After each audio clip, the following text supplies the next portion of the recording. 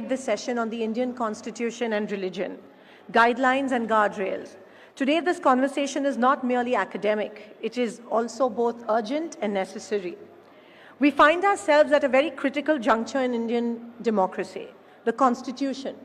Once a beacon of justice, liberty, equality, and fraternity is now being tested by rising tides of intolerance and ideological distortion. Religion, instead of being a source of personal faith and communal harmony, is increasingly being instrumentalized for political gain and social division.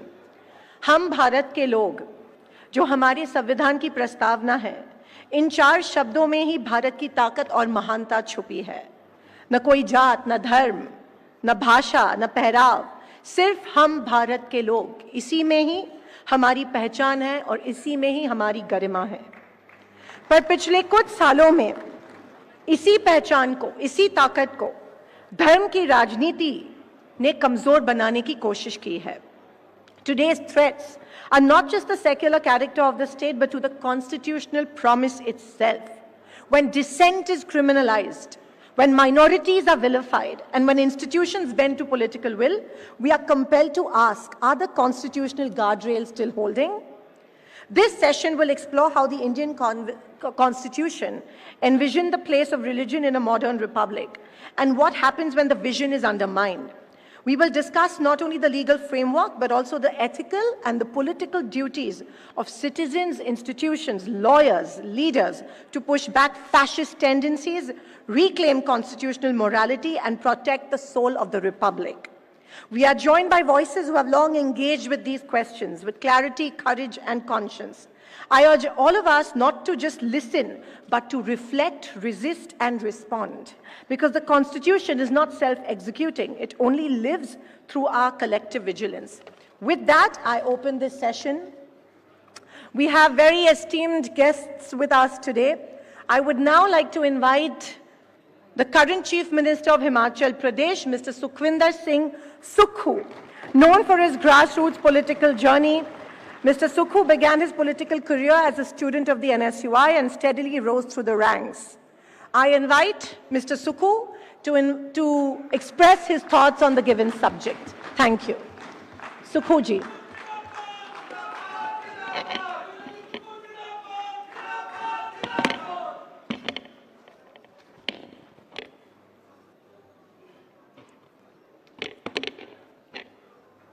Former Chief Ministers,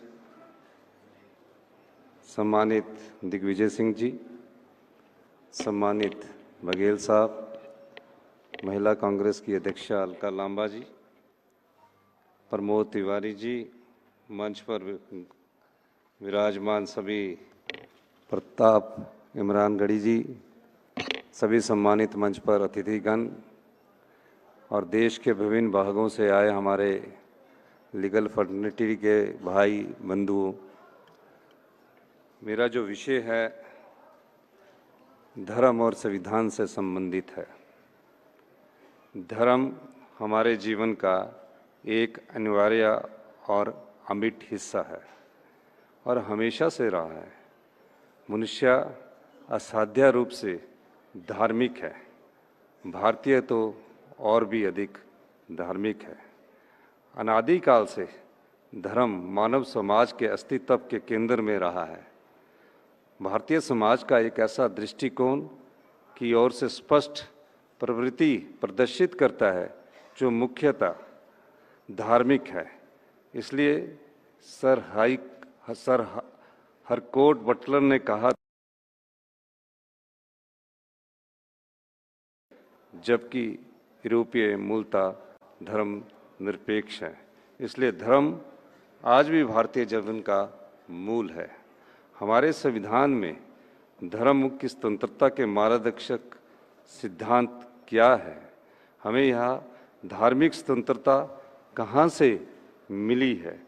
सर्वधर्म समभाव की हिंदू अवधारणा यानी धर्म सत्य है और विशिष्ट धार्मिक पहचानों के संयोजन को उचित ठहराती है। सभी धर्मों की समानता या एकरूपता की अवधारणा इसी सर्वधर्म समभाव के सिद्धांत से प्रेरित है। सर्वधर्म समभाव के तदनुसार भारत में किसी एक धर्म को दूसरे धर्म पर वरीयता नहीं दी जाती है। जो लोग हमेशा हमारी प्राचीन सभ्यता पर गर्व करते हैं, वो हमारी धर्मनिरपेक्षता और धार्मिक स्वतंत्रता के इस मौलिक सांस्कृतिक औचित्य को क्यों नहीं समझ रहे हैं। इसलिए भारतीय संविधान के तहत धार्मिक स्वतंत्रता इस विश्वास पर आधारित है कि प्रत्येक मनुष्य में अपनी अंतरात्मा की खोज करने और सत्य की खोज करने की गरिमा, अंतर्निहित गरिमा है। धार्मिक स्वतंत्रता के क्या लाभ है? यदि हम धार्मिक स्वतंत्रता प्रदान करते हैं तो हम एकजुटता प्रदान करते हैं। भारतीय संविधान की प्रस्तावना में एकजुटता के लिए प्रयुक्त शब्द बंधुत्व है। हमारे संविधान निर्माताओं को आशा थी कि आस्था, विश्वास और उपासना की स्वतंत्रता बंधुत्व को बढ़ावा देगी और शांति के लिए अनुकूल परिस्थितियों का निर्माण करेगी और सद्भाव, सच्चा धर्म लोगों के बीच एकजुटता के सेतु का निर्माण करेगा। गांधी जी ने कहा, क्या धार्मिक स्वतंत्रता वास्तव में देश के लिए फायदेमंद है? हाँ, क्योंकि धार्मिक अभ्यास व्यक्तियों को, परिवारों को और बड़े समुदाय की भलाई को बढ़ावा देता है। यह पता चलता है कि धर्म का अभ्यास खुशी और व्यक्तिगत कल्याण की समग्र भावना पर महत्वपूर्ण प्रभाव डालता है।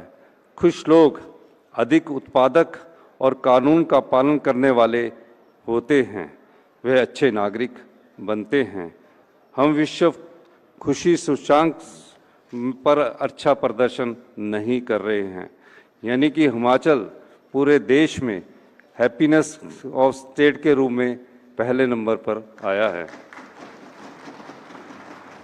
यदि हम धर्मों का पालन करें और अपने अंदर आध्यात्मिकता का संचार करें तो हम संतुष्ट होंगे और हम खुशी लोग बनेंगे।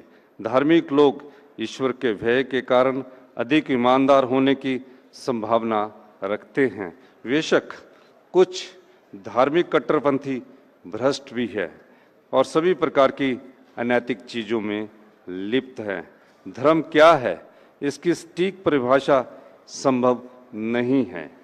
प्रोफेसर व्हाइट हेड ने धर्म को इस रूप में परिभाषित किया है कि व्यक्ति अपने एकांत के साथ क्या करता है। हमारे लिए धर्म का अर्थ है सही काम करना, यह मानवता की सेवा करना है। एस राधाकृष्णन ने कहा था कि धर्म एक अनूठा व्यक्तिगत अनुभव है, यह मानव मन की एक स्वतंत्र कार्य प्रणाली है, कुछ अनूठा स्वैत चरित्र वाला है या कुछ आंतरिक और व्यक्तिगत है, जो सभी मूल्यों को एकीकृत करता है और सभी अनुभवों को व्यवस्थित करता है। हमारी प्राचीन संस्कृति में धर्म शब्द का अर्थ धार्मिकता है, लेकिन आज कर्मकांडी धार्मिकता में अत्यधिक वृद्धि हुई है। नए अभिजात वर्ग मंदिरों में धार्मिक अनुष्ठानों और कथा यज्ञ जैसे सार्वजनिक समारोह में खुलेआम भाग लेने के बारे में अपनी पिछली झिझक छोड़ रहे हैं, बल्कि अनुष्ठान का आयाम अधिक सार्वजनिक और दिखावटी होता जा रहा है। न केवल अनुष्ठान अधिक विस्तृत होते जा रहे हैं, बल्कि कई ग्रामीण और श्रमिक वर्ग के देवी देवताओं को के माध्यम से व्यापक अभिजात वर्ग और प्रवासी भारतीयों द्वारा अपनाया जा रहा संस्कृतिकरण की एक प्रक्रिया, जिसमें देवताओं का जट्रिफिकेशन किया गया है। धर्म की पहचान भावनाओं, संवेदनाओं, भावनाओं, सहज धारणाओं, विवेक और विश्वास या आस्था से होती है। धर्म का इस्तेमाल वोट बटोरने के लिए भी किया जा रहा है। आज के नेताओं के विपरीत पंडित नेहरू को राजनीति में सफल होने के लिए धर्म की कभी भी आवश्यकता नहीं थी। वास्तव में राजनीति में धर्म के इस्तेमाल के कारण देश का दुर्भाग्यपूर्ण और दुखद विभाजन हुआ। क्या हम वह गलती दोहराना चाहिए, यह विचारणीय प्रश्न है। धर्म का राज्य से क्या संबंध है? राज्य और धर्म के बीच किस प्रकार का संबंध होगा, यह निर्धारित करेगा कि हम एक धर्म तंत्र है या एक धर्मनिरपेक्ष राज्य हैं। पश्चिम के विपरीत भारत में धर्मनिरपेक्षता का उद्देश्य चर्च और राज्य के बीच अलगाववाद की दीवार खड़ी करना नहीं था। हम भारतीय इस दो तलवार सिद्धांत में विश्वास नहीं करते हैं कि धर्म और राज्य एक साथ नहीं हो सकते हैं। यह कहना कि भारतीय संविधान 1976 में धर्मनिरपेक्ष बना एक सफेद झूठ है। 232 ईसा पूर्व तक शासन करने वाले महान अशोक से उधार ली गई कई अन्य बातों की तरह भारतीय धर्मनिरपेक्षता के बीज भी अशोक के शिलालेखों में खोजे जा सकते हैं। एक विशेष धर्म को राज्य धर्म के रूप में विचार को खारिज करते हुए रॉक एडिक्ट ने कहा था कि सभी धर्मों को हर जगह निवास करना चाहिए, क्योंकि वही सभी आत्म संयम और हृदय की पवित्रता चाहते हैं। आज के भारत की सबसे बड़ी समस्या में से एक घृणा है। घृणा फैलाने वाली भाषा किसी के धर्म का महिमामंडन करने पर रोक लगा दी है। तदनुसार भारतीय संविधान के लोगों को अपनी इच्छा अनुसार किसी भी धर्म का पालन करने की अनुमति देता है, लेकिन हम अत्यधिक धार्मिकता की अनुमति नहीं दे सकते।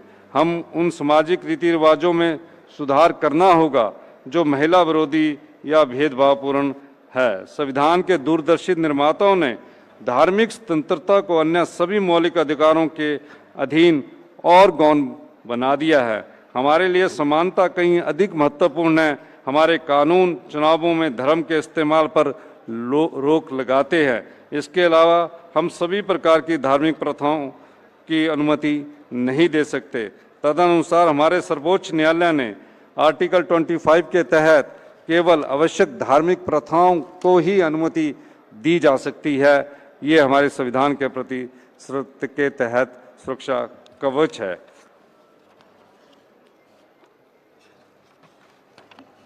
यदि हमारे पास धार्मिक स्वतंत्रता है और किसी भी धर्म में गलत भ्रष्ट प्रथाओं की आलोचना करने का अधिकार है, तो उस अर्थ में धार्मिक स्वतंत्रता में धर्म में स्वतंत्रता और धर्मों के भीतर स्वतंत्रता भी शामिल होगी, जिसमें उन प्रथाओं की निंदा की जा सके जो अनुचित है और धार्मिक प्रथाओं में सुधार लाया जा सके। उदाहरण के लिए अंबेडकर जी कहते हैं कि भारत में जाति व्यवस्था व्यवसाय के पुनः समायोजन की अनुमति नहीं देता।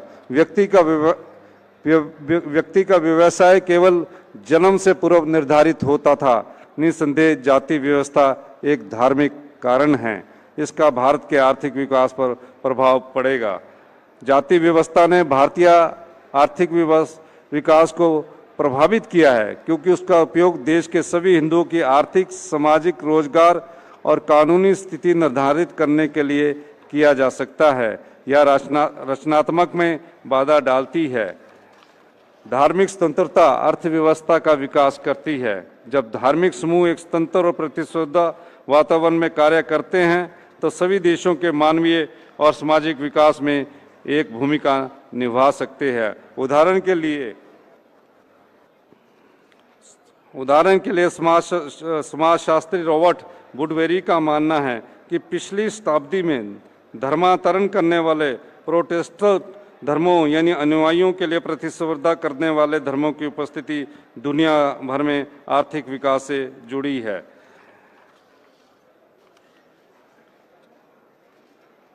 धार्मिक स्वतंत्रता धर्म संबंधी हिंसा और संघर्ष को कम करके शांति को बढ़ावा देती है। जब धर्म की स्वतंत्रता को बढ़ावा और संरक्षित नहीं किया जा सकता, तो हिंसा और संघर्ष होते हैं, तो जो सामान्य आर्थिक गतिविधियों को बाधित करते हैं। शत्रुता और प्रतिबंध ऐसा वातावरण बनाते हैं जो निवेश को दूर भगाता है। भूमि क्षेत्रों में प्रतिकूल प्रभाव धर्म का देखा जा सकता है। केंद्र सरकार को ध्यान देना चाहिए कि यदि हमें धार्मिक संघर्षों को प्रोत्साहित करते रहेंगे तो विदेशी निवेश नहीं आ सकता। आइए हम अपनी हिंदू सहिष्णुता की परंपरा की ओर लौटे।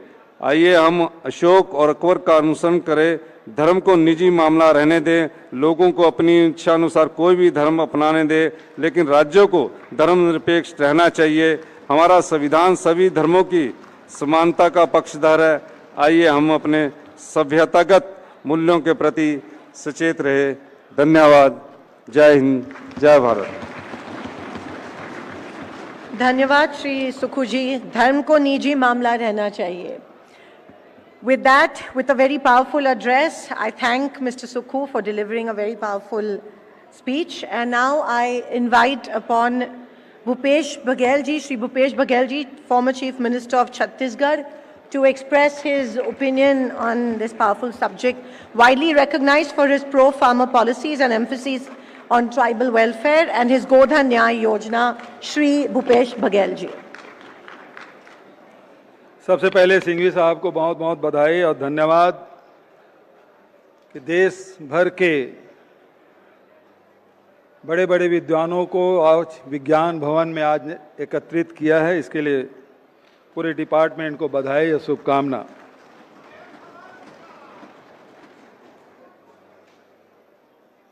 Religion, constitution, guard rails and guideline, ये दूसरे सेशन का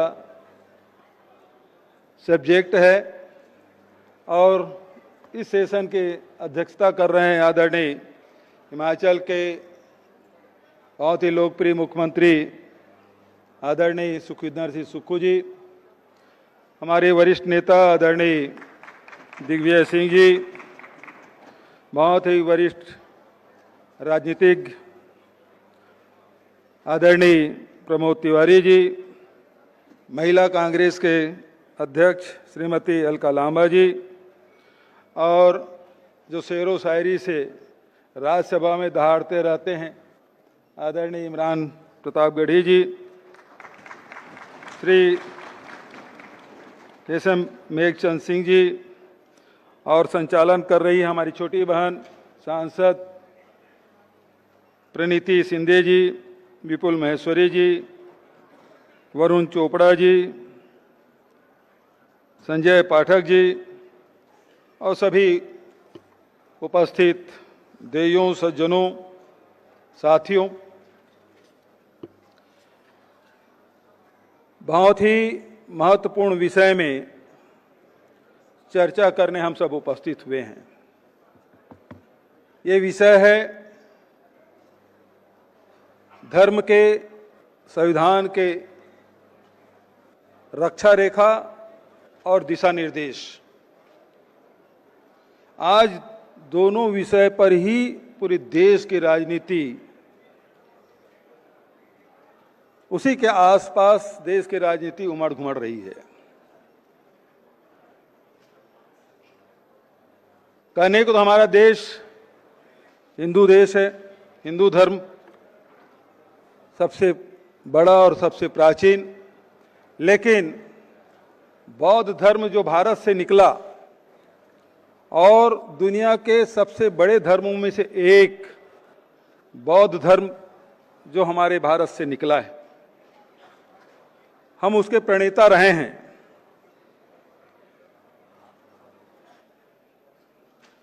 आदरणीय साथियों, इस देश में अनेक धर्म हुए और भारतीय समाज पर उनका व्यापक असर रहा है। चाहे वो धर्म शैव हो, शाक्त हो, वैष्णव हो, चाहे लोकायत हो, यौगिक हो, तांत्रिक हो, बौद्ध, जैन या अन्य धर्म, सभी धर्म में एक बात रही है कि सह अस्तित्व की भावना रही है और उस सह अस्तित्व में सबको स्वीकार्य था, सबका सम्मान रहा है और धर्म के जो गार्ड रेल है, रक्षा रेखा और दिशा निर्देश ही मानवता का रहा है। और ये गार्ड रेल है क्या? बंधुत्व है, समानता है और सत्य है। ये धर्म के गार्ड रेल हैं। और जब यहां ईसाई धर्म आया जब यहाँ मुस्लिम धर्म आया तो कमोबेश भारतीय धर्मों के अनुरूप ही ढल गया। यह तब हुआ जब हमारे पास संविधान नहीं था। ये सारे धर्म में समन्वय देश के आजादी के पहले जब संविधान नहीं था तब हो चुका था। भारत लंबे समय तक भारत में मुगलों का राज रहा, अंग्रेजों की गुलामी भी हमने देखी। आज दुष्प्रचार चाहे जो भी हो, सच यह है कि भारतीय धर्मों की रक्षा सीमाएं और दिशा निर्देश अक्षुण्ण बने रहे। और इसलिए जब हमारा संविधान रचा गया तो संविधान निर्माताओं के सामने जो आदर्श थे वो इन्हीं भारतीय धर्मों के आदर्श थे। यही वजह है कि हमारे संविधान के मूल्य न्याय, बंधुत्व, समानता और स्वतंत्रता है। हमारे संविधान के सभी दिशा निर्देश का आधार ही यही है, चाहे वह संविधान का अनुच्छेद 25 हो, 28 हो या फिर अनुच्छेद 14 हो। भारत को हमारे संविधान निर्माताओं ने धर्मनिरपेक्ष राज्य कहा। इस धर्मनिरपेक्षता में संविधान राज्य को तब तक हस्तक्षेप की अनुमति नहीं देता जब तक मामला मानवाधिकारों या सामाजिक न्याय के खिलाफ न हो। हमारा संविधान राज्य को तभी हस्तक्षेप की अनुमति देता है जब किसी धर्म विशेष के रीति रिवाज संविधान के सिद्धांतों के खिलाफ न जाता हो। इसमें सती प्रथा, इसमें बाल विवाह के उदाहरण दिए जा सकते हैं। सबरीमला के मंदिर में महिलाओं के प्रवेश के मामले में न्यायालय ने इसलिए हस्तक्षेप किया क्योंकि वे हमारे धर्मों और संविधान के मूल भावना के विपरीत जाते दिखाई दिया। हमारे संविधान निर्माताओं ने बहुत सावधानी के साथ धार्मिक स्वतंत्रता को नागरिकता के सवाल से अलग रखा। कोई व्यक्ति चाहे किसी धर्म के अनुयायी क्यों न हो, वह भारत का सर्वाधिकार संपन्न नागरिक होने के अधिकार से वंचित नहीं किया जा सकता। लेकिन पिछले कुछ वर्षों से धर्मनिरपेक्षता को नए सिरे से परिभाषित करने या खत्म करने की कोशिश शुरू हुई है। आरएसएस यदि इस संविधान के खिलाफ था तो इसकी मूल वजह भी यही धर्मनिरपेक्षता थी। आज आरएसएस की राजनीतिक शाखा भारतीय जनता पार्टी एक राजनीतिक दल के रूप में केंद्र और कई राज्यों में सत्तारूढ़ है और इसी वजह से हमारे संविधान के रक्षक रेखाओं के दिशा निर्देशों को बार बार चुनौती दी जा रही है। चाहे वो सीए के रूप में कुछ करने के प्रयास केंद्र की मोदी सरकार ने किया, उनसे इस सिद्धांत को एक नई बस छेड़ दी। हम भारतीय नागरिकों को यह समझाने में समझ में आने लगा कि भारतीय जनता पार्टी की सरकार धर्म को राजनीति से जोड़ने की कुत्सित प्रयास कर रही है। यूसीसी यानी समान नागरिक संहिता का विवादित विषय भी भारतीय जनता पार्टी इसलिए बार बार छेड़ती है क्योंकि वह नागरिकता के मामले में धार्मिक मामलों को जोड़ना चाहती है। यह 3 तलाक की राजनीति का मुद्दा बना लेती है, कभी हिजाब को देश की पहचान से जोड़ने का प्रयास करती है, कभी कपड़े के रंग से उसे व्यक्ति की पहचान करने की बात करते हो। पिछले कुछ वर्षों से धर्मांतरण के एक बहस भी देश में छेड़ने की कोशिश की जा रही है। आदरणीय साथियों, आज धर्मांतरण का विषय अलग अलग राज्यों में उठाए जा रहे हैं, लेकिन भारत सरकार के ओर से कोई कानून आज तक के नहीं बना। हमारे छत्तीसगढ़ में भी 2006 में विधानसभा में पारित किया गया कानून आज राष्ट्रपति भवन में आज तक के लंबित है। इनको ये सुविधाजनक है कि ये मामले में कोई नियम न बने, कोई कानून न बने और उसके बहाने राजनीति करते रहें। आज मैं छत्तीसगढ़ से आता हूं, वहां लगातार इस प्रकार के प्रयास किए जा रहे हैं, आप सब उससे सर्वविदित हैं। आदरणीय साथियों, बीजेपी और मुस्लिम लीग, आरएसएस और मुस्लिम लीग ने मिलकर देश के विभाजन के लिए धर्म को आधार बनाया था। अब चूंकि सत्ता पाने के बाद भारतीय जनता पार्टी के पास अधिकार भी आ गए हैं, उनसे अपनी घृणा की राजनीति का विस्तार ही किया है। यही वजह है कि आज समय में धर्म और संविधान के बीच कड़ी चुनौतियां उभर रही है। पूरे देश में धार्मिक हिंसा बढ़ रही है और इसके वजह से धर्म आधारित राजनीति को बल मिला है। आदरणीय साथियों, ऐसे समय में जब धर्म और राजनीति को जोड़ने का प्रयास किया जा रहा है और धर्म के आधार पर राजनीति करने की बात कही जा रही है, वैसे समय में आदरणीय राहुल जी ये खड़ा होकर कहते हैं कि धर्म हमें सिखाता है कि डरो मत। डरो मत इसलिए कहते हैं क्योंकि हमारे धर्म के जो रक्षा रेखा है वो समानता है, बंधुत्व है और सत्य है। यही हमारे धर्म के गार्ड रेल्स हैं और इसी आधार पर चाहे शिव के अभय मुद्रा की बात हो, चाहे गुरु नानक की बात हो, चाहे वो भगवान बुद्ध की बात हो, वो सब अभय मुद्रा में दिखाए जाते हैं और कहते हैं डरो मत। और जब राहुल जी डरो मत की बात कहते हैं तो भारतीय जनता पार्टी को बहुत तकलीफ होती है, क्योंकि धर्म को वो डराने के लिए उपयोग करते हैं, संविधान को वो डराने के लिए उपयोग करते हैं, क्योंकि भय और नफरत की राजनीति करते हैं। जबकि धर्म का मूल तत्व तो यही है, हमारी रक्षा रेखा यही है, उसमें समानता हो, उसमें बंधुत्व हो, उसमें सत्य हो। यही रेखा है, इसी रेखा में हम चलेंगे। और यदि उसमें से एक भी तत्व की कमी आई, चाहे वो सत्य की कमी हो जाए, तब भी धर्म की सीमा रेखा खंडित होगी। यदि हम उसमें बंधुत्व के सीमा को खत्म करें, तब भी हमारी रेखा है, जो तट रेखा है, वो छिन्न भिन्न होगी। समानता भी उसी प्रकार से, और उसी प्रकार से संविधान को जिस प्रकार से तोड़ा मरोड़ा जा रहा है। आज भारतीय जनता पार्टी 400 सीट इसलिए चाहिए कि संविधान बदलना चाहते हैं।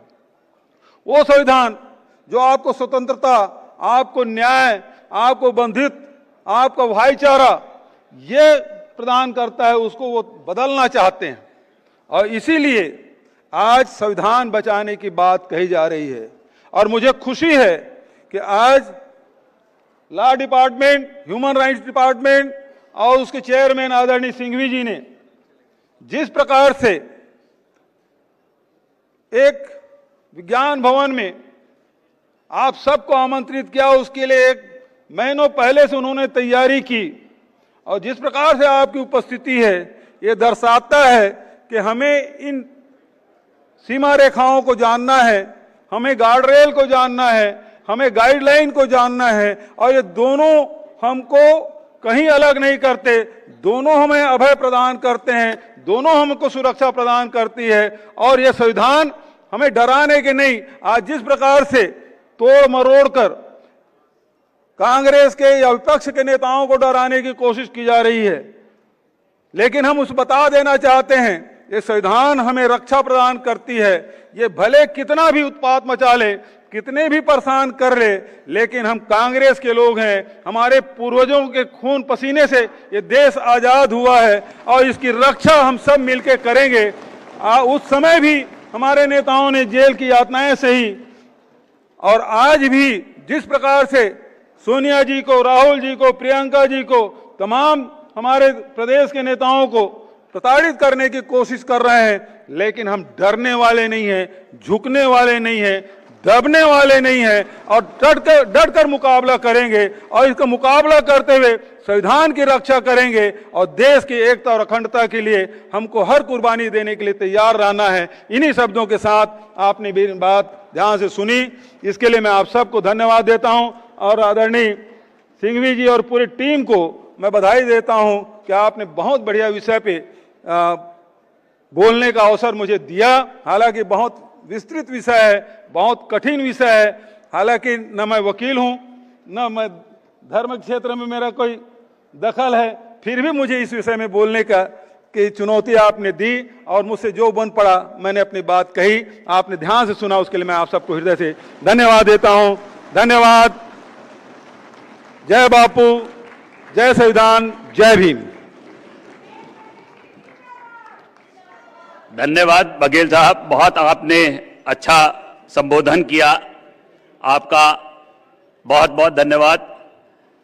और इससे पहले कि मैं अगले स्पीकर को इनवाइट करूं, आप सब लोगों का यहां पर आने के लिए बहुत बहुत धन्यवाद देना चाहता हूं और डॉक्टर अभिषेक सिंघवी का स्पेसिफिकली कि उन्होंने ये जिम्मा लिया, उनका बिजी शेड्यूल इतना होता है, फिर भी उन्होंने कांग्रेस वकीलों के लिए इतना टाइम निकाला और इतना बड़ा सम्मेलन आयोजित किया।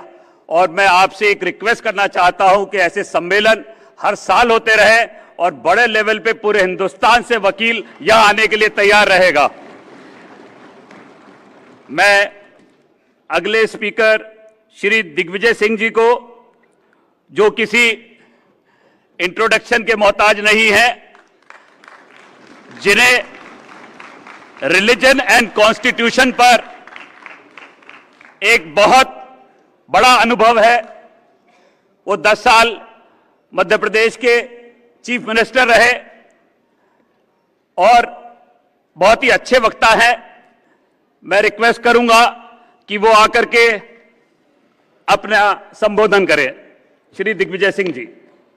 बहुत बहुत धन्यवाद।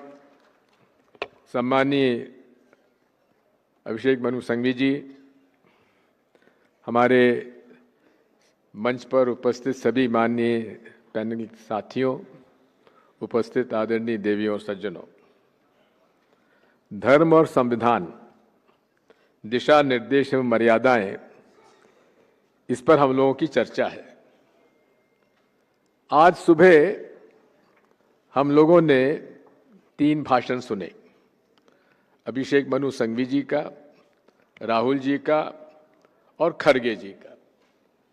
तीनों ने जिस सुंदर ढंग से आज की परिस्थितियों में किस प्रकार का खतरा भारतीय संविधान पर है, किस प्रकार भारतीय संविधान के आर्टिकल्स का उल्लंघन हो रहा है, बड़े विस्तार से उसका उन्होंने वर्णन किया।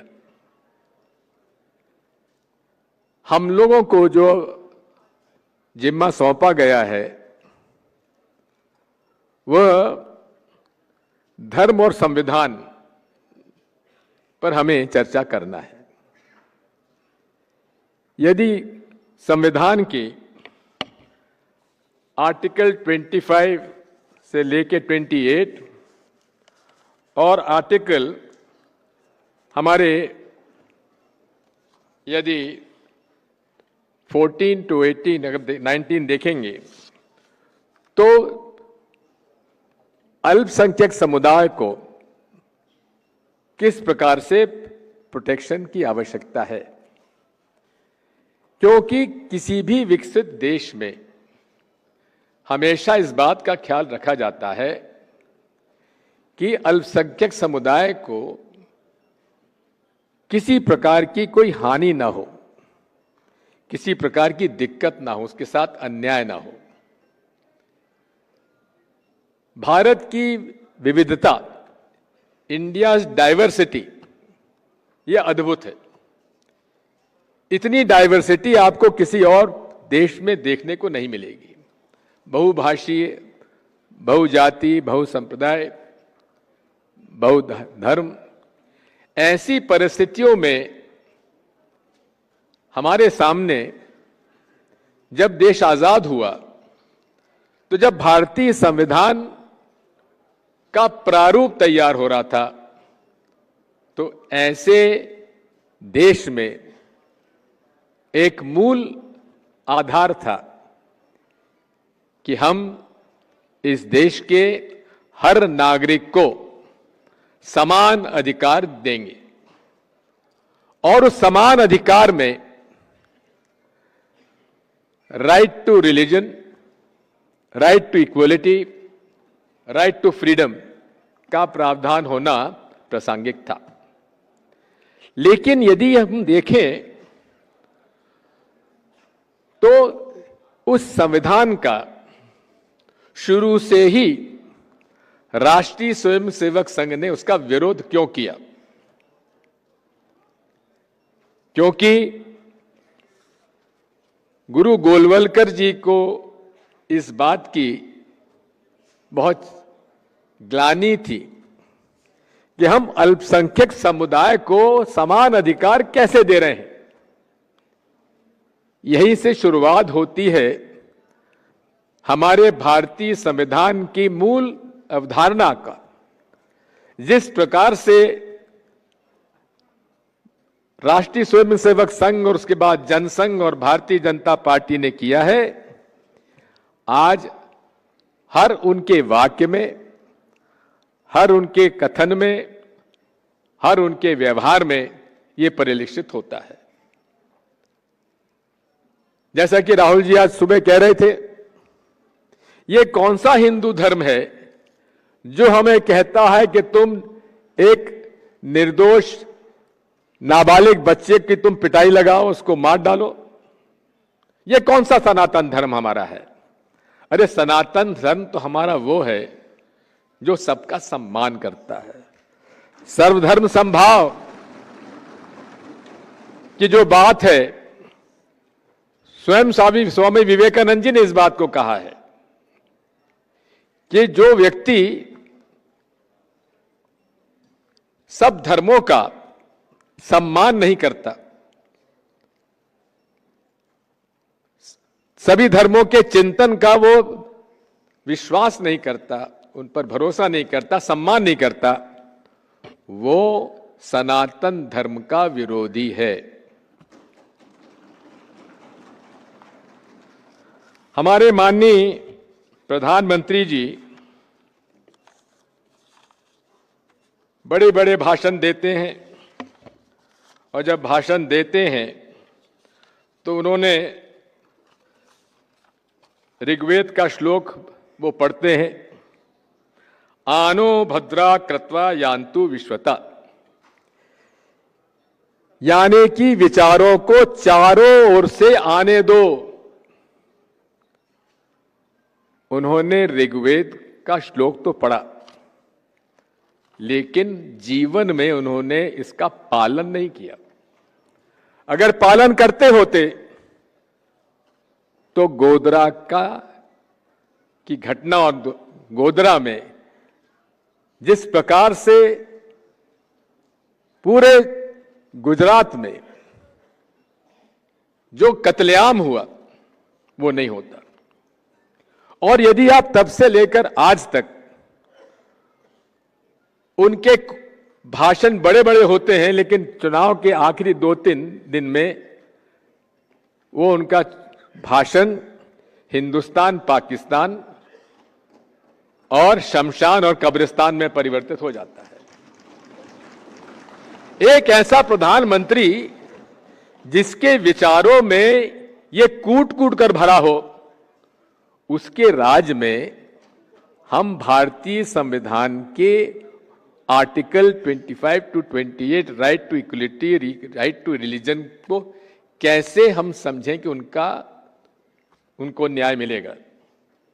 मैं आज इस बात को कहना चाहता हूं, इतने उदाहरण हैं कि उनमें दोहराने की आवश्यकता नहीं है, लेकिन फिर भी मैं कुछ उदाहरण आपके सामने देता हूं। नागरिकता संशोधन अधिनियम CAA 2019 क्या भारतीय संविधान के उन आर्टिकल्स का पालन हुआ? संविधान अनुच्छेद 14 का समानता का अधिकार, क्या उसका पालन हुआ? भाई, सिटीजनशिप एक्ट, पहले से मैं तो वकील नहीं हूं लेकिन मनु संघवी जी हैं, किस देश में किसको नागरिकता दी जाए ये सार्वभौमिक अधिकार हर देश का होता है। लेकिन ये छांट कर कि हम उसी को नागरिकता देंगे इन कानून में जो मुसलमान नहीं है, क्या ये भारतीय संविधान का उल्लंघन नहीं है? क्या उनके नेतृत्व में भारतीय संविधान खतरे में नहीं है? यह एक चिंता का विषय है। इसी प्रकार एनआरसी में भी 19 लाख लोगों को उनकी नागरिकता से समाप्त किया गया और पूरे तरीके से मुस्लिम समाज को इन्होंने टारगेट बनाया। अब वक्फ का संशोधन विधेयक देख लीजिए। वक्फ के संशोधन विधेयक में केवल टारगेट किया गया है वक्फ को।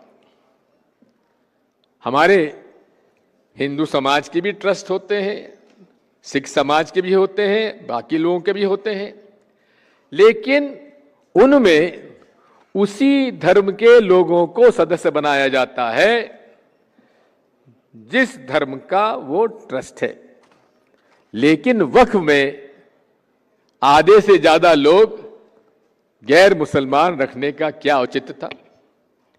केवल केवल केवल किस प्रकार से हर बिंदु को हिंदू मुसलमान कैसे कर दें, ये उनका राजनीतिक उद्देश्य रहा है। साथियों, यही नहीं है, जबकि 1991 में जब बाबरी मस्जिद शहीद हुई तो प्लेसेस ऑफ वर्शिप एक्ट 1991 आया, लेकिन उसका निरंतर उल्लंघन होता जा रहा है। क्या ये सत्य नहीं है? अब आप हेट स्पीच का तो एक मैं समझता हूं कि उस पर तो ग्रंथ लिखे जा सकते हैं अनेक। हर रोज किस किस प्रकार से नफरत की आग पूरे देश में लगी हुई है। मैंने एक बार संसद में अमित शाह जी से कहा था, अमित शाह जी, ये सांप्रदायिकता का जहर अभी बोतल में बंद है, इसको मत निकालिए। जिस दिन निकल गया तो आपको इसे नियंत्रण करने में वापस बोतल में डालना असंभव हो जाएगा। आज ये परिस्थिति बन चुकी है। बच्चों में, युवकों में जहर बो दिया गया है। और मैं बधाई देता हूं राहुल गांधी जी को। उन्होंने कन्याकुमारी से लेकर कश्मीर तक की जो यात्रा की, उसमें प्रेम, सद्भाव, सत्य और अहिंसा का मूल आधार था। नफरत के बाजार में कैसे हम लोग मोहब्बत की दुकान खोलें? अंत में मैं यही कहना चाहता हूं कि हम संविधान की आज जो बात कर रहे हैं वो आज नहीं है, चाणक्य जी ने भी किया था।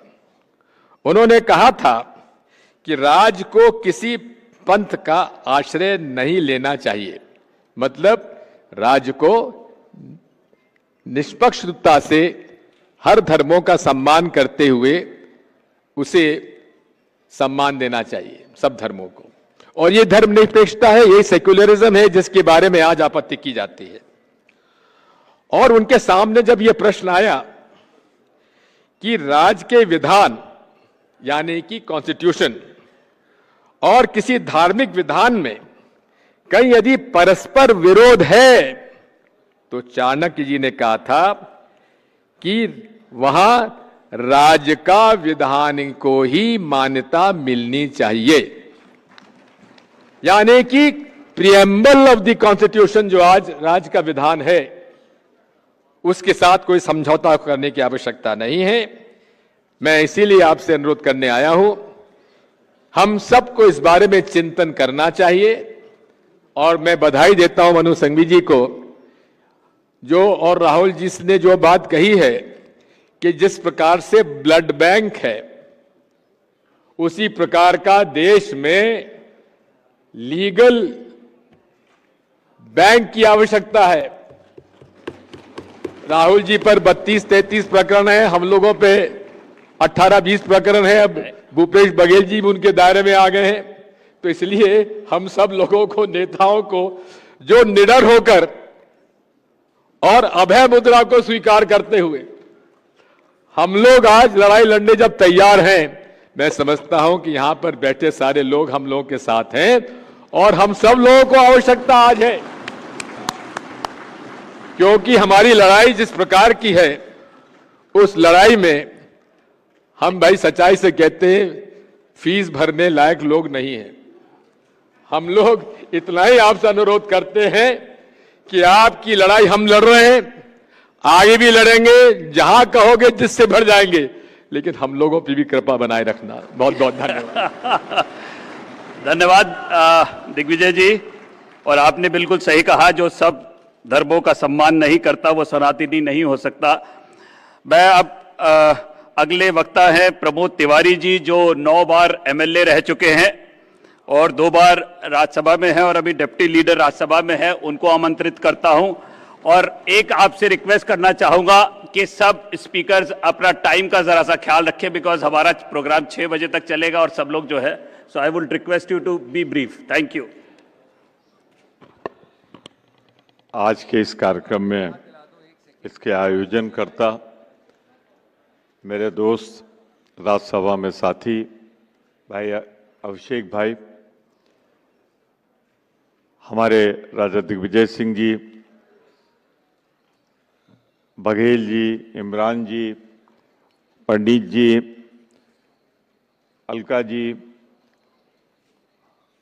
और मैं आपकी तरफ मुखातिब होते हुए इतना ही कहना चाहता हूं कि जब कभी कोई कांग्रेस का अधिवेशन या सम्मेलन होता है तो पूरा का पूरा हिंदुस्तान वहां पे दिखाई देता है।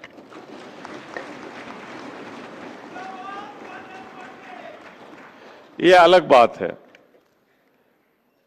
कि भाजपा का जब कोई सम्मेलन होता है तो 2-4 किराए के ला के पूरा कर लेते हैं कोरम, पर दिल और दिमाग हिंदुस्तान का कभी होता है तो कांग्रेस के अधिवेशन में होता है, जो मुझे दिखाई दे रहा है। अभिषेक भाई, आपसे एक बात कहना चाहता हूं, धन्यवाद देना चाहता हूं और धन्यवाद देना चाहता हूं आप सभी को जो मेरे सामने बैठे हैं इतनी बड़ी उपस्थिति से इस कार्यक्रम को सफल बनाने के लिए। ये जो विषय दिया है आपने हम लोगों को इस सेशन का, सच पूछिए तो रोज हर सुबह कोई ना कोई खबर होती है कि एक बार धर्म का कत्ल हो रहा है। धर्म की बात करने वाले ही धर्म का कत्ल करते हैं रोज। मैं साफ कहूं, अगर सीधे तुलना कर लूं भारतीय जनता पार्टी से, तो हम सिर्फ इतना कह सकते हैं कि हमारे और भाजपा में एक मूल फर्क है। हम राष्ट्र हित की सोचते हैं, वो पार्टी हित की सोचते हैं। पार्टी हित के लिए वो राष्ट्र को कुर्बान कर सकते हैं। ये एक बेसिक डिफरेंस है हमारी और भाजपा की सोच में। उदाहरण है, देश के धर्म की रक्षा के लिए, देश की रक्षा के लिए, संविधान की रक्षा के लिए हम इंदिरा जी को, राजीव जी को कुर्बान कर देते हैं और वो गोडसे के रूप में गांधी का कत्ल कर देते हैं। यही हमारा दोनों का बेसिक फर्क है। आप देखें, अगर हम देश का संविधान मानकर नुकसान उठा लेते हैं, बहुत राजनीतिक नुकसान हमने उठाया, कुछ आंदोलन हुए, मंदिर मस्जिद ये वो, हम संविधान मानते रहे अपना देश का और वो पार्टी का हित देखते रहे, पार्टी का संविधान मानते रहे। नतीजा क्या हुआ?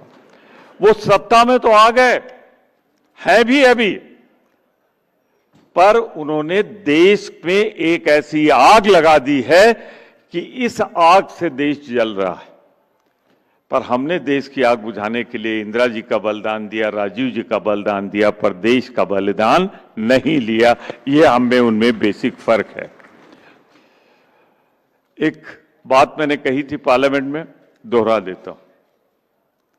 सच्चे धार्मिक हम हैं, सच्चा धर्म हम मानते हैं, क्योंकि हम धर्म को आस्था और श्रद्धा से जोड़ते हैं, और भारतीय जनता पार्टी धर्म और आस्था को बाजार लगा देती है, बेचकर सत्ता में रहती है।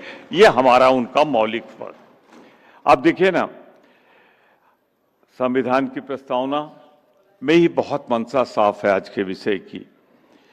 हम भारत के लोग भारत को एक संपूर्ण प्रभुत्व संपन्न, समाजवादी, पंथ निरपेक्ष, लोकतांत्रिक गणराज्य बनाने के लिए तथा उसके समस्त नागरिकों को सामाजिक, आर्थिक और राजनीतिक न्याय, विचार, अभिव्यक्ति, विश्वास, धर्म और उपासना की स्वतंत्रता। बाकी छोड़ देता हूं, 4-5 लाइनें।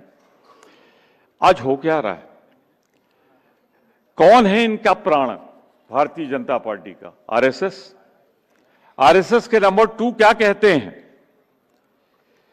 कि चर्चा होनी चाहिए समाजवाद और धर्मनिरपेक्षता यानी पंथ निरपेक्षता को हटाने की। ये संविधान बदलना चाहते हैं और इसीलिए नारा भी दिया था, अब की बार 400 पार। पर भारत की जनता समझ गई और उनको 3 से 240 पे ले आई। और ठीक कहा राहुल जी ने, अगर ईमानदारी से चुनाव होता तो ये 200 के नीचे होते, आज भाजपा की सरकार नहीं होती। पर मैं आपसे एक बात कहूंगा, ये चाहे जितना जोर लगा लें, संविधान मुझसे ज्यादा आप समझते हैं, परिवर्तन करने के लिए लोकसभा और राज्यसभा में जो 2/3 3/4 का बहुमत है, अब मोदी जी आपके जीते जी कभी आ नहीं सकता है। अब आप ढलान पर हैं, आप ढलान पर हैं और कांग्रेस आ रही।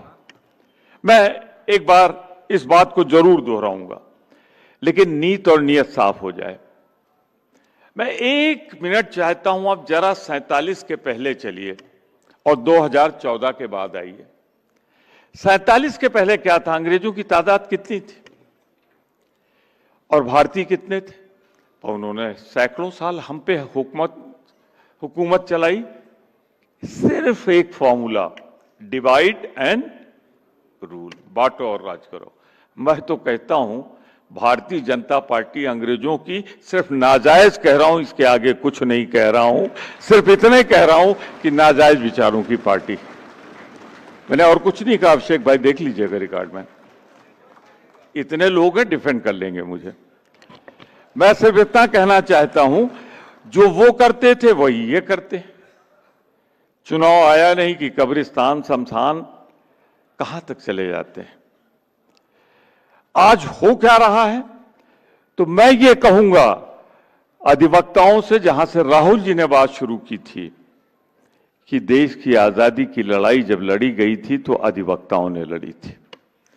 सबसे ज्यादा उनका योगदान था और सबसे ज्यादा नेतृत्व था। तो आज दोबारा जब देश की आजादी और संविधान खतरे में है, तो मैं आपका आह्वान करता हूं, आइए आगे बढ़िए, देश की धर्मनिरपेक्षता, पंथ निरपेक्षता, समाजवाद की रक्षा कीजिए, देश के स्वरूप की रक्षा कीजिए। मजबूरी है। 7 मिनट हो जाए तो बता देना भैया, मैं घड़ी नहीं देख रहा हूं।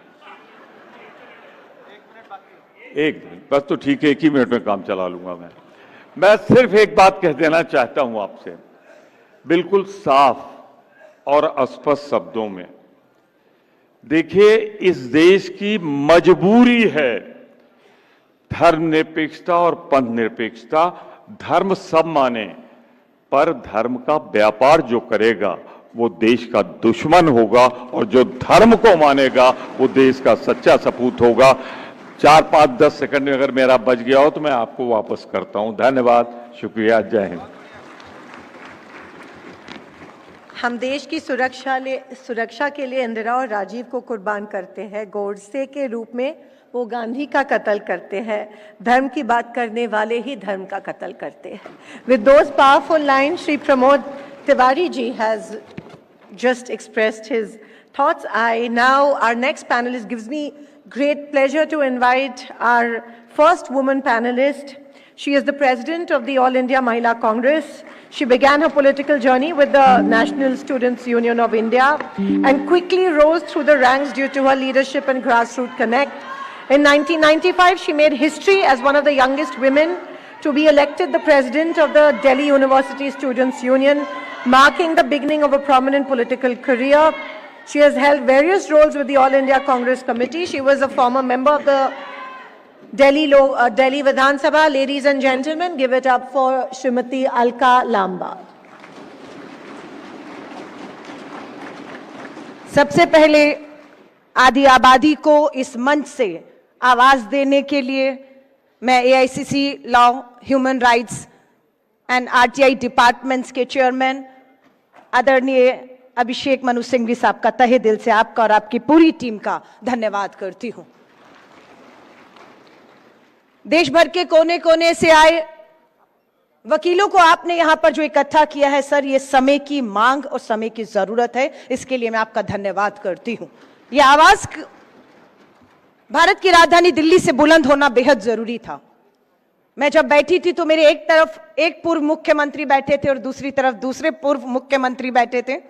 एक तरफ दिग्विजय सिंह जी, दूसरी तरफ भूपेश बघेल जी और तीसरे सिटिंग मुख्यमंत्री सुखू जी यहां से बोल रहे थे।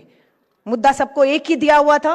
लगातार दिग्विजय सिंह जी नोट लिख रहे थे और मैं नर्वस हो रही थी और भूपेश जी से कह रही थी कि मेरी शायद इतनी उम्र नहीं है जितना अनुभव दिग्विजय सिंह जी और आप लोगों का है, लेकिन मुद्दे पर बोलने को कहा गया है। मुद्दा दिया गया है आज का, जो सबको दिया गया है, धर्म और संविधान। आपको याद होगा प्रियंका गांधी जी का भाषण, पहलगांव में जो शहीद हुए उन्हें जब प्रियंका जी श्रद्धांजलि दे रही थी और पहलगाम आतंकी घटना पर, आतंकी हमले पर बोल रही थी, तो उन्होंने कहा मुझे वहां शहीद हुए भारतीयों को श्रद्धांजलि देनी है। जैसे ही प्रियंका जी ने भारतीय शब्द का इस्तेमाल किया, दूसरी तरफ से भाजपा के सांसदों ने हिंदू हिंदू हिंदू चिल्लाना शुरू कर दिया। यह धर्म और संविधान की बात हो रही है। प्रमोद तिवारी जी ने अभी पढ़ा, हम भारत के नागरिक, हम भारत के लोग, हम हिंदू, हम मुस्लिम, हम सिख, हम ईसाई, हम बौद्ध, हम जैन नहीं कहता हमारा संविधान। हमारा संविधान हमारे राज्य से हमारी पहचान नहीं बनाता, हम भारतीय कहता है हमारा संविधान। और वो संविधान आज इस कमरे में बैठे हुए हम सब महसूस करते हैं वो खतरे में है। वो कहते हैं हमारा धर्म खतरे में है। जो कहते हैं हमारा धर्म खतरे में है, उनकी विचारधारा और उनकी राजनीति खतरे में है, वो उसे बचाने के लिए लड़ रहे हैं। और अगर हम कहते हैं हमारा संविधान खतरे में है, तो हमारा यह मानना होता है कि उस संविधान में मिले 140 करोड़ लोगों के हक और अधिकार, समानता खतरे में आती है। आज हम भाग्यशाली हैं कि हमारे पास एक ऐसा नेता है जो निडर है, एक ऐसा नेता है जो न्याय के लिए लड़ रहा है, और वो नेता का नाम लोकसभा में नेता विपक्ष श्री राहुल गांधी हैं, जो संविधान की किताब हाथ में लेकर उस संविधान में मिले हक और अधिकारों के लिए बात कर रहे हैं, जातिगत जनगणना की बात करते हैं। कहां है धर्म बीच में आ रहा है संविधान के? एक नहीं अनेकों अनेकों उदाहरण आज हमारे पास हैं। बिल्किस बानो का मामला, गुजरात में लंबी लड़ाई बिल्किस बानो लड़ी, 11 सामूहिक बलात्कारियों के खिलाफ लड़ी। क्या हुआ? होनी तो फांसी चाहिए थी दोषियों को, लेकिन होती है उम्र कैद की सजा। लेकिन उसके बाद क्या होता है? संविधान ताक पर रख दिया जाता है, कानून ताक पर रख दिए जाते हैं और 11 के 11 बलात्कारियों को रिहा करके उनके गले में हार डाले जाते हैं और तमाशा बनाया जाता है कानून का। लेकिन सलाम करती हूं काले कोट में आए सारे वकीलों को, सलाम करते हैं उच्चतम न्यायालय को, उन जजों को जिन्होंने झुकना नहीं स्वीकारा और फैसले को पलटते हुए वापस बिल्किस बानो के 11 बलात्कारियों को जो है अंदर ठूसने का काम किया। विनेश फोगाट की बात करती हूं, संविधान, कानून, सुरक्षा, न्याय। बिल्किस बानो की बात के बाद विनेश फोगाट, भारत की हमारी बेटी, विश्व में पदक जीत कर लाकर हमारा फक्र से सर और तिरंगा ऊंचा करने वाली के खिलाफ यौन उत्पीड़न होता है और दिल्ली, भारत की राजधानी दिल्ली की पुलिस गृह मंत्रालय के डर से एफआईआर करने से इंकार कर देती है, फिर यही काले कोट और फिर वही अदालत बैठती है और फरमान वहां से आदेश होता है कि एफआईआर की जाए। मैं एक वीडियो भी आपको दिखा रही हूं कि कहां ताकत सत्ता की और कहां कानून और संविधान आमने सामने खड़ा होता है। और वहां हमारा नेता चीख कर कहता है, मामला है कर्नाटका के सांसद प्रज्वल रेवन्ना जो हासन से मास रेपिस्ट, लेकिन उसके लिए प्रचार करने देश के प्रधानमंत्री उतर जाते हैं। सत्य और असत्य के बीच में फर्क नहीं कि प्रधानमंत्री खड़ा है, प्रधानमंत्री उनके लिए वोट मांग रहा है, सत्य क्या है असत्य क्या है जनता को समझ नहीं आ रहा। और दूसरी तरफ श्री राहुल गांधी जी ललकार के वहीं पर उसे बेनकाब करते हुए दिखते हैं और फैसला आता है कि प्रज्वल रेवन्ना दोषी करार दिया जाता है और उसे सजा देने का ऐलान होता है। वो वीडियो मैं आपके सामने जरूर रखना चाहती हूं कि कैसे देश के सर्वोच्च पद पे बैठा एक शख्स संविधान और कानून की धज्जियां उड़ाता है, सादी आबादी को न्याय से कोसों दूर ले जाता है और वहीं श्री राहुल गांधी जी अड़े रहते हैं इस न्याय का हक मिलने तक। उस लड़ाई को हमें लड़ने के लिए कहते हैं। मैं एक वो वीडियो है जरूर कहूंगी उसे चलाइए, मात्र 1 मिनट का वीडियो है जहां पर प्रधानमंत्री नरेंद्र मोदी जी प्रज्वल रेवन्ना मास रेपिस्ट के लिए सरेआम सब कुछ जानते हुए वोट मांगते हैं और वहीं श्री राहुल गांधी जी अड़े रहते हैं। वो वीडियो मैं टीम को कहूंगी, एनडीए के श्री प्रज्वल रेवन्ना और मंड्या से मेरे मित्र एचडी कुमार स्वामी आने वाली 26 अप्रैल को इनके लिए आपका हर वोट मोदी को मजबूती देगा। प्रज्वल रेवन्ना 400 महिलाओं का रेप करता है, वीडियो बनाता है। ये सेक्स स्कैंडल नहीं है, इसको मैस रेप कहा जाता है। और स्टेज में कर्नाटका के सामने प्रधानमंत्री मैस रेपिस्ट का समर्थन कर रहे हैं। वो कर्नाटका को कह रहे हैं कि अगर आपने इस रेपिस्ट को वोट दिया तो मेरी मदद होगी। और कर्नाटका की हर महिला को मालूम होना चाहिए कि जब प्रधानमंत्री आपसे वोट मांग रहे थे तो उनको मालूम था प्रज्वल रेवन्ना ने क्या किया था। हम धन्यवाद करते हैं श्री राहुल गांधी जी का, हम धन्यवाद करते हैं कर्नाटका की सरकार का जिन्होंने हमें यह विश्वास दिलाया था कि सरकार बनने के तुरंत बाद फास्ट ट्रैक कोर्ट में केस चलेगा और दोषी करार अगर दिया गया तो सजाएं होंगी। मात्र 14 महीने में कर्नाटक की कांग्रेस की सरकार ने इस मामले को चलाया और अंजाम तक पहुंचाया है। आज धर्म और संविधान की बात कर रहे हैं। कर्नल सोफिया कुरैशी हमारे भारत की एक बहादुर सेना अधिकारी पर हमला करके ये कहना कि वो आतंकियों की, पाकिस्तान के आतंकियों की बहन बेटी है, उन्हें नंगा करने के लिए इन्हें आगे लाया गया था। ये किस आधार पर कह दिया भाजपा के उस मंत्री ने? सिर्फ ये कि कर्नल सोफिया कुरैशी का एक वो धर्म है जो भाजपा और आरएसएस को मंजूर नहीं है, इसलिए वो संविधान कानून को हर चीज को ताक पर रखकर इस स्तर पर जाकर अपमानित करने का काम करते। मध्य प्रदेश में विधानसभा का सत्र चल रहा है, धर्म के आधार पर कुछ नहीं होता ना, तो मामला आपको मैं बताती हूं। अभी दिग्विजय सिंह जी ने, उससे पहले पी चिदंबरम सर ने बताया कि 73-74 अमेंडमेंट किया गया। राजीव जी का अधूरा सपना था जो अभी भी पूरा करना बाकी है। महिलाओं को 33% आरक्षण दिया। 15 लाख महिलाएं आज देश में पंचायतों में, नगर निगमों में पंच और सरपंच हैं। उसमें एससी और एसटी की महिलाओं को अधिकार मिला, जिसकी बात को आगे बढ़ाते हुए श्री राहुल गांधी जी कहते हैं कि ओबीसी महिलाओं को भी अधिकार मिलना चाहिए। आरक्षण तो मिल गया, सुरक्षा? मध्य प्रदेश की विधानसभा में कांग्रेस के विधायक का सवाल पूछा गया कि मात्र 2 साल 2022 से 24 में कितनी बेटियों के साथ बलात्कार हुए? जवाब मिलता है 7,418 7,418 बेटियां। और ये बेटियां सभी की सभी SC और ST समाज से आती हैं, दलित हैं, आदिवासी हैं। 7,418 बेटियां, हर रोज 7 बेटियों का जो SC हैं, ST हैं, आरक्षण दे दिया, लेकिन सुरक्षा देने में यह सरकार पूरी तरह से जो है वो फेल हो रही है। मैं सिर्फ आप लोगों से यह कहूंगी, फिर वही अपनी चर्चा दिग्विजय सिंह जी से मैं पूछ रही थी कि एक समय था RSS खाकी निक्कर में और काली टोपी में दिखता था। उन्होंने कहा वो अपनी पहचान को जो है बहुत खराब हो चुका है, उसे बदलने की कोशिश कर रहे हैं। काली टोपी कम दिखती है और हाफ पैंट फुल पैंट में बदल गई है। लेकिन यहां पर बैठी ये भी कह रही थी कि उनकी काली टोपी से लड़ने के लिए हमारे काले कोट के वकील पूरी तरह से उनकी विचारधारा, उनकी सोच पर प्रहार करने के लिए मुस्तैदी से खड़े हैं। अभिषेक सर, मेरा समय पूरा हो चुका है, लेकिन मैं आपकी पूरी टीम का तहे दिल से धन्यवाद जरूर करना चाहूंगी। अभी 21 जुलाई को जब लोकसभा का सत्र शुरू हुआ तो अखिल भारतीय महिला कांग्रेस ने तय किया कि हम संसद का घेराव करेंगे और पहले ही दिन हम लोगों ने न्याय और सुरक्षा की मांग पर घेराव तय किया। आप मानेंगे नहीं, 21 जुलाई सुबह 9:30 बजे 24 अकबर रोड के गेट पर हम खड़े थे और दिल्ली पुलिस ने हमारी महिलाओं को घसीट के अकबर रोड से सुबह 10 बजे से पहले वहां से उठाकर हमें हिरासत में ले लिया।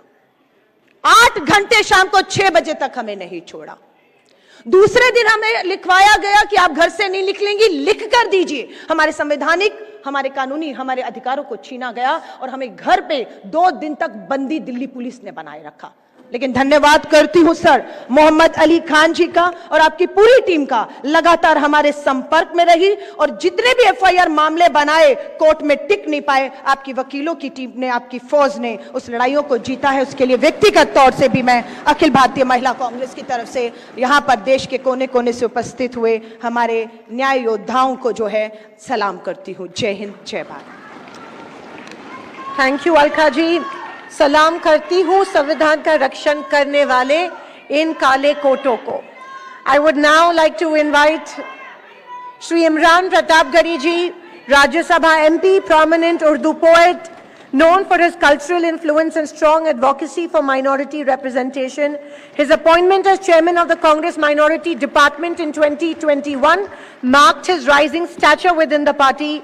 He has emerged as a key figure in the Congress's outreach to marginalized communities across India. Shri Imran Pratapgarhi ji. जब अहले खिरत की बातों पर कुछ जाहिल शोर मचाते हों, जब अहले खिरत की बातों पर कुछ जाहिल शोर मचाते हों, जब बुलबुल हो तस्वीरें चमन और कौवे गीत सुनाते हों,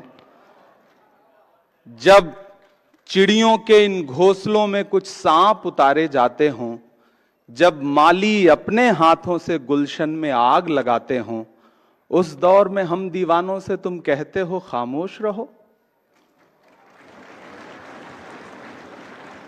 महज कागज के पन्नों पर उकेरी गई कोरी भावनाएं नहीं, बल्कि सच्चाई, नैतिक मूल्यों और मौलिक अधिकारों की बारीकियों पर सैकड़ों बहसों के बाद अंगीकार की गई एक मुकद्दस किताब, भारत का संविधान, जो भारत को एक संप्रभु, समाजवादी, धर्मनिरपेक्ष, लोकतांत्रिक गणराज्य घोषित करता है। हम आज यहां एक बेहद जरूरी बहस के लिए इकट्ठा हुए हैं। कानून के रखवालों की मौजूदगी से विज्ञान भवन का कोना कोना रोशन है। मैं अभिषेक मनु सिंघवी जी को और उनकी पूरी टीम को मुबारकबाद देता हूं इस बात के लिए कि इस मुश्किल दौर में इस लड़ाई का अलंबरदार बनने का जो फर्ज आपने निभाया है वो बहुत ही तारीफ के काबिल है। किसी भी लोकतांत्रिक व्यवस्था में अगर हाकिम के दिमाग में यह बात घर कर जाए कि मेरा आदेश ही है मेरा शासन, तो फिर यहां से शुरू होती है बुनियादी परेशानी। जिनके जहनों में फिल्मी डायलॉग घर कर जाते हैं, उनकी नजर में संविधान के पन्नों की अहमियत नहीं रह जाती है। साथियों, याद करिए, संविधान निर्माता डॉक्टर बाबा साहब अंबेडकर जी कहते थे कि आर्टिकल 25 संविधान की आत्मा है। हर नागरिक को धर्म को स्वतंत्र रूप से मानने की और उसके प्रचार प्रसार की आजादी है, लेकिन मौजूदा सरकारें संविधान की रूह के साथ छेड़छाड़ कर रही हैं। धर्मांतरण विरोधी कानून हो, लव जिहाद का कानून हो, सीए का कानून हो, वक्फ अमेंडमेंट एक्ट हो या फिर बुलडोजर का एक्शन हो, यह सिर्फ संविधान की रूह के साथ छेड़छाड़ नहीं बल्कि डॉक्टर बाबा साहब अंबेडकर की आत्मा के साथ भी नाइंसाफी है। मेरी आंखों के सामने देश के कोने कोने से आए हुए वकील साथी बैठे हैं। जिस सरकार में बैठे हुए लोगों को संविधान में निहित सेकुलरिज्म और सोशलिज्म जैसा शब्द नासूर लगता हो, और सिर्फ लगता ना हो बल्कि इसको पब्लिकली कहने की हिम्मत भी जुटा ले रहे हो, तब फिर समझ लीजिए कि खतरे बहुत बड़े हैं।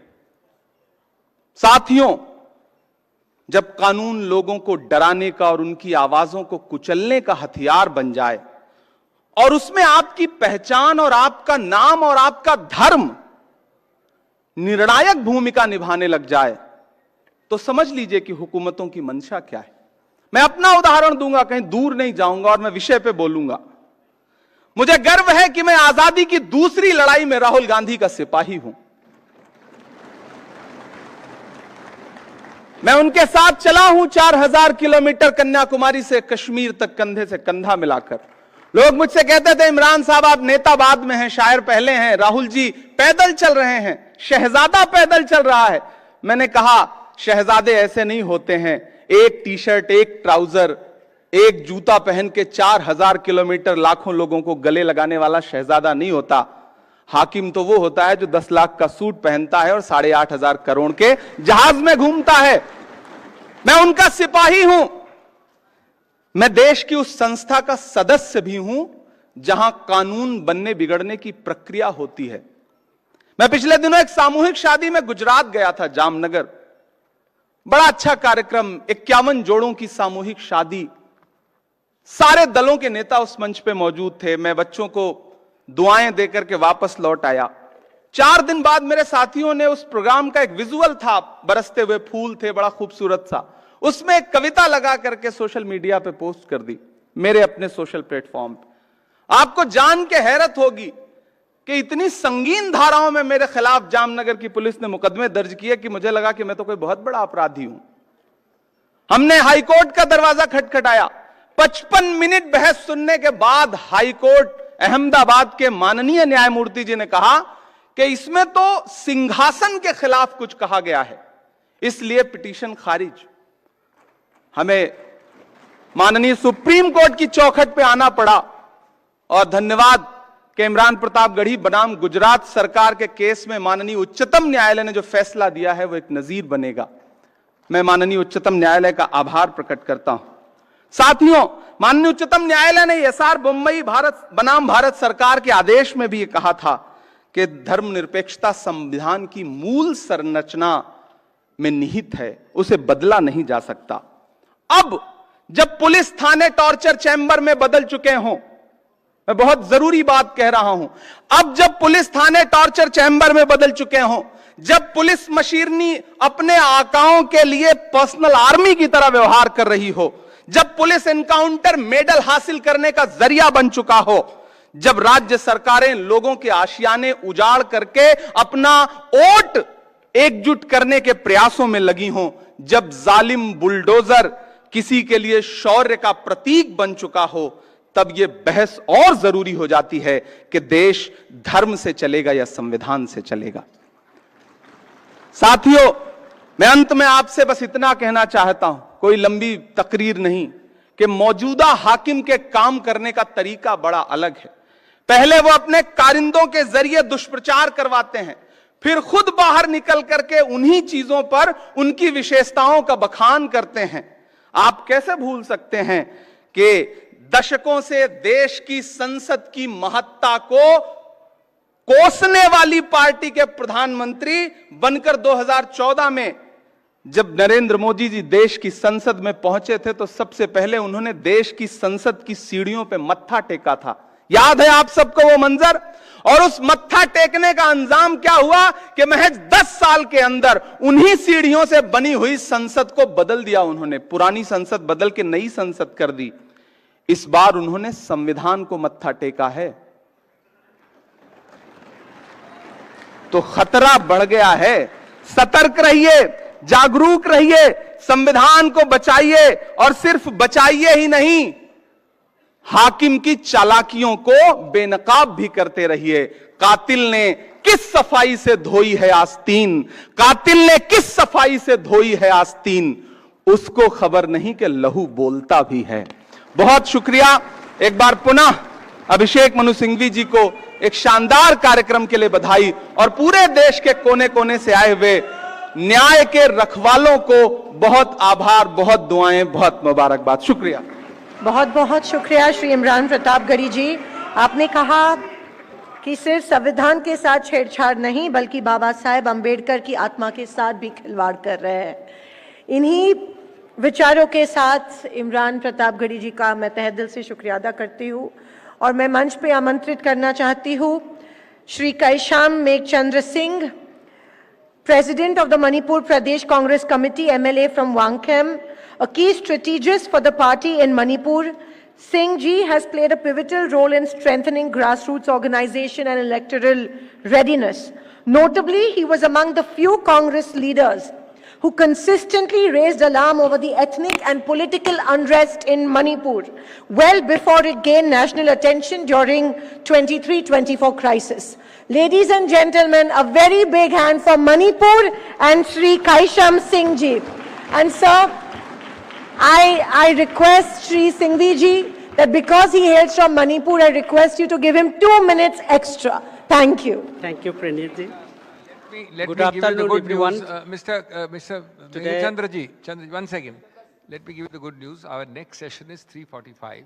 We should start there at 3:40. We are not having in and out for tea. Everything is going on. So you not only have your extra 2 minutes, but we can have 2 questions, very pointed questions, and we'll stop this at 3:40, and all the guests for the next session are here. They will come on the stage at 3:40. So you please have your 2 minutes extra. Thank you.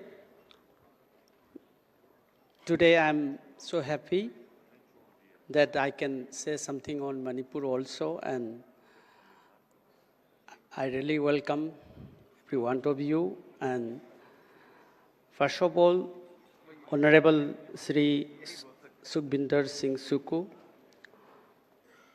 the Minister of Himachal Pradesh, and our respected Chairperson of the ICC Annual Conclave, Sri Abhishek Manu Singhvi ji, and Co-Chair Sri Bhupesh Baghel ji, former Chief Minister, and Sri Digvijoy Singh ji, Sri Pramod Tiwari ji, Srimati Alka Lamba ji, Sri Imran Pratapgiri ji,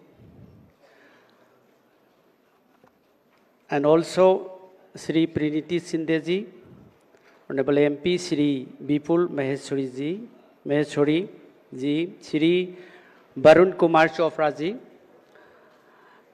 Honorable Chief Ministers, former Chief Ministers, Presidents of PCCs, senior leaders of the Indian National Congress, members of the Department of Law, Human Rights, and RTI, my fellow Congress worker, delegates from across India, I stand before you today as a proud representative of the people of Manipur, a land of deep religious diversity and spiritual richness.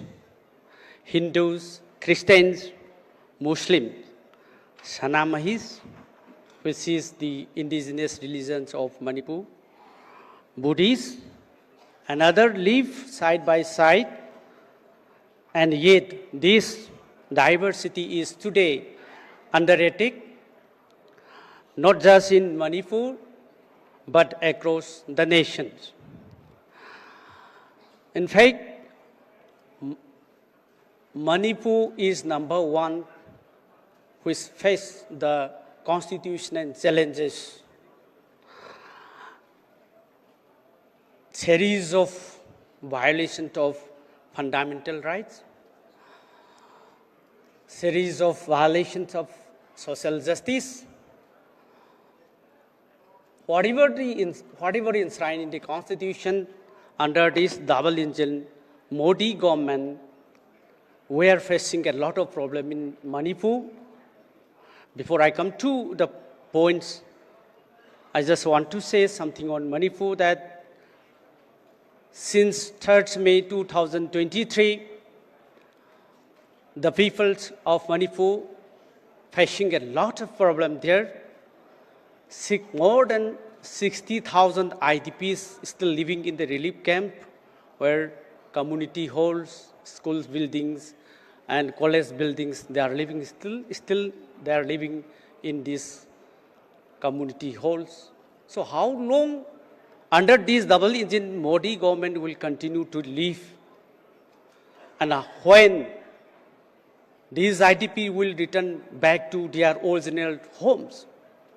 So there has been completed 2 years and 3 months.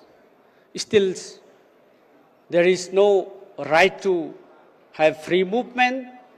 So far, there is no free movement. The people, one community cannot go to other area, and the other community cannot go to other area. This is what the series, the challenges, the constitutional challenges that we have in the state of Manipur. So I will come to the point now. Our topic, religion and the constitutions, guardrails and guidelines, is not merely an academic one. It is the questions that will decide the soul and survival of the Indian Republic. What did our founders envision? Let us return to the Constitution of India, our social contract. The preamble declares India as sovereign, socialist, secular republic and democratic. The word secular was not just inserted in 1976. It was always there in the spirit from 1950. Our Constitution guarantees Article 25, 26, 27, and 28, freedom of religions and conscience, equal respect to all religions. The states must remain neutral in the matters of religion.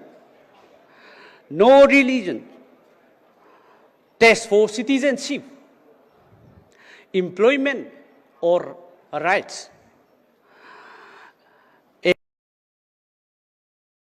The founding fathers of our Constitution once said, during the Constituent Assembly debates, the state is neither theocracy nor anti-religious. It is equidistant from all faiths. What are the guidelines that we are going to discuss in details? Is that these guardrails are clear. Number one, the state cannot favor one religion. Number two, the public funds for religious instructions. No public funds for religious instructions in the state schools. Number three, no religious conversion by force or inducement. Next, freedom to propagate, practice, and profess within limits of the public order, morality, and faith. These are not anti-religion. They are pro-pluralism. Religions in danger or religions being used as a weapon. Today, we must ask honestly, is religion in danger in India? No. But religion is being misused as a tool of political power. The line between faith and fanaticism is being erased. Temples, mosques are used for not prayer, but for political mobilizations. Laws like CAA, NRC, hate speeches, bulldozer justice are all expressions of this misuse. Minorities, especially Muslim, Christians, are vilified, surveilled, and pushed to the margins.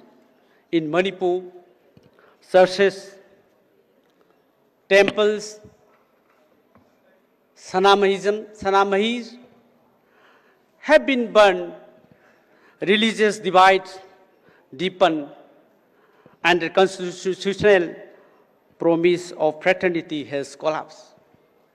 This is not dharma. This is adharma. Let us recall the words of Mahatma Gandhi. Religion is a personal matter. It is not to be allowed to interfere with public policy or secular law. And also, we may recall the words of Jawaharlal Nehru. To talk of Hindu culture is itself a contradiction. The moment you talk of Hindu culture, you deny Indian culture. Our nation is not a Hindu Rashtra. It is not a Muslim land. It's not a Christian country. It is a secular democracy. Bharat for all Bharatiyas. The way forward, guidelines for religious harmony. Number one, reaffirm secularism as a political and legal doctrine. Not just tolerance, but equal dignity. Number two, strengthen interfaith dialogue, especially among youth. Number three, prevent hate speech with strict enforcement of law. Number four, protect places of worship, regardless of faith. Number five, end majoritarian arrogance. It is the biggest threat to our unity. Number six, in states like Manipur, we need a truth and a reconciliation commission that includes all religious communities. Congress, the only party with a secular soul. The Congress party has always stood for Sarva Dharma Sambhava, equal respect for all religions. We fought for the protection of minorities. We built the legal architecture of secular India, and we will fight to restore it in parliament, in the courts, on the street. We don't use religion for power. We use power to protect religions from hate. Religion must unite, not divide.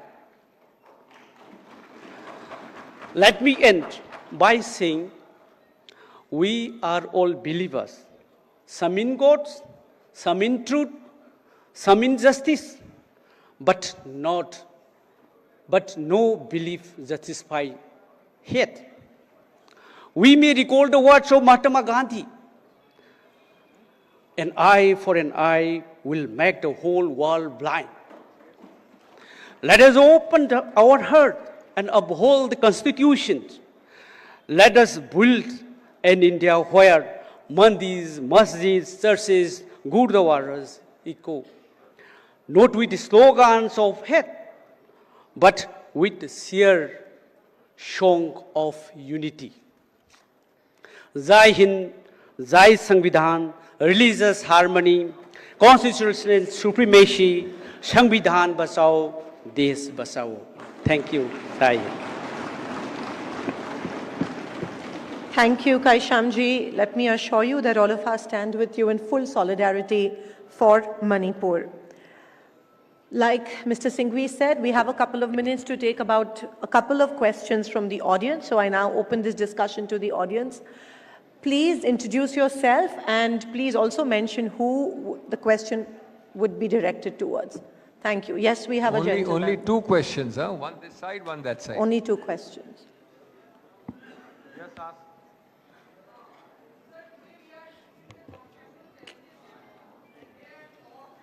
Can we give him a mic, please?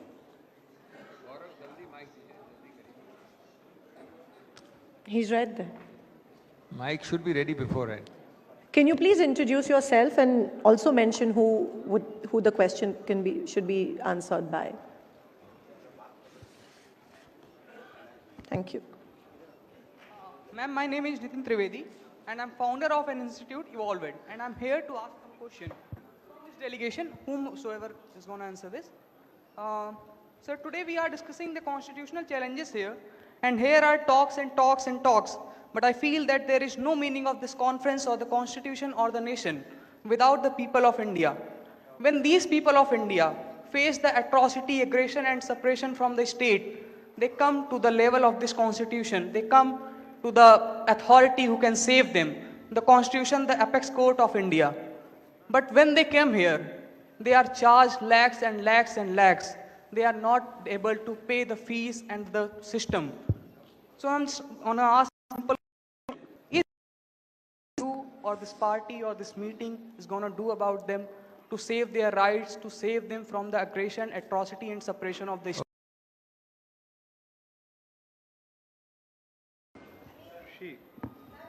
Yes, we have a woman, we have a lady there. Can we please pass the mic on to her? Ma'am, your name first and... Thank you, ma'am. मुझे बोलने का जी सुनाई आ रहा है. Thank you, मुझे बोलने का मौका दिया उसके लिए धन्यवाद. मैम, मेरा नाम है डॉक्टर पूनम अग्रवाल. मैम, मेरा एक सवाल है कि हम सबसे ज़्यादा कहते हैं कि आधी आबादी महिलाओं की और उनको आधा हक मिलना चाहिए, लेकिन जब हमारा लोकसभा के इलेक्शन हुए थे, मैं दिल्ली की रहने वाली हूँ और दिल्ली वाली हूँ, तो दिल्ली के अंदर हमें नहीं मिली थी महिलाएं देखने के लिए, तो हम ये कहाँ अप्लाई कर रहे हैं? Okay, thank you. Okay. Thank you. Sir, second question शायद दिग्विजय सिंह जी चाहें तो डील करें, although सब्जेक्ट विषय से संबंधित नहीं है, लेकिन आप चाहें तो करें. पहले क्वेश्चन का जहाँ तक सवाल है, I don't know if you were there, this whole day convention, this whole set of proceedings is about how lawyers in society can help out. So if you've been here and you missed that message, then it must be our fault. Because the whole day's deliberations are how we are already doing what we can to help the cause, the issues which we have raised. And of course, there is always many more miles to be walked. And we have also discussed setting up local, taluk or district level legal aid camps. So there's always more to be done. But to suggest that none of this is useful, the congregation of lawyers does not generate any collective work, that may be, I think, to put it in the most mild word I can find, hyper-exaggeration. Sir, may I ask one question, please? Sir? I don't think we have time for another question. Sir, one question. No question. वो lady का question. Can we have an answer to the lady's question? तो ठीक है, अब तो हो गया. अब दूसरा सेशन शुरू होने वाला है, अगला वाला. मैं वापस याद दिला दूं कि वैलेडिक्ट्री है, उसमें भी प्रियंका जी भी हैं, शिव कुमार जी भी हैं और लोग हैं. उससे पहले बहुत महत्वपूर्ण सेशन है नेक्स्ट वाला, सर सभी लोग आ गए हैं, तो हम 2-5 मिनट में शुरू करेंगे. अच्छा, आप अगर 1 मिनट में पूछे तो उसके बाद और कोई प्रश्न नहीं, 1 मिनट में पूछिए। First of all, thanks to you, Singhvi sir and Vipul Maheshwari sir, who has made such an event possible for us, because this event was not possible earlier. We have got the platform of such a caliber. Question. And the question is, such dignitaries are here. We are advocates. See, in Constitution, in BNS also, many problems are there. Many small issues are there that were not discussed because of whatever that happened that day. So, can there be any platform where we can raise these questions? Where we can... we are going to have state level conventions after this, I can assure you. Everything you, takes time and you Thank will have you. all your fill of questions. Thank you. Thank you. That was a very hard-hitting discussion on Constitution and religion. Thank you, Mr. Singhvi, for giving us this opportunity. Thank you. No, I think we're done. Thank you. I just Sorry, want to next tell time. you all our speakers are here for the session. Thank you to our esteemed panelists for And they will taking be time coming out to on be the a part stage of right this. away. So whoever is the next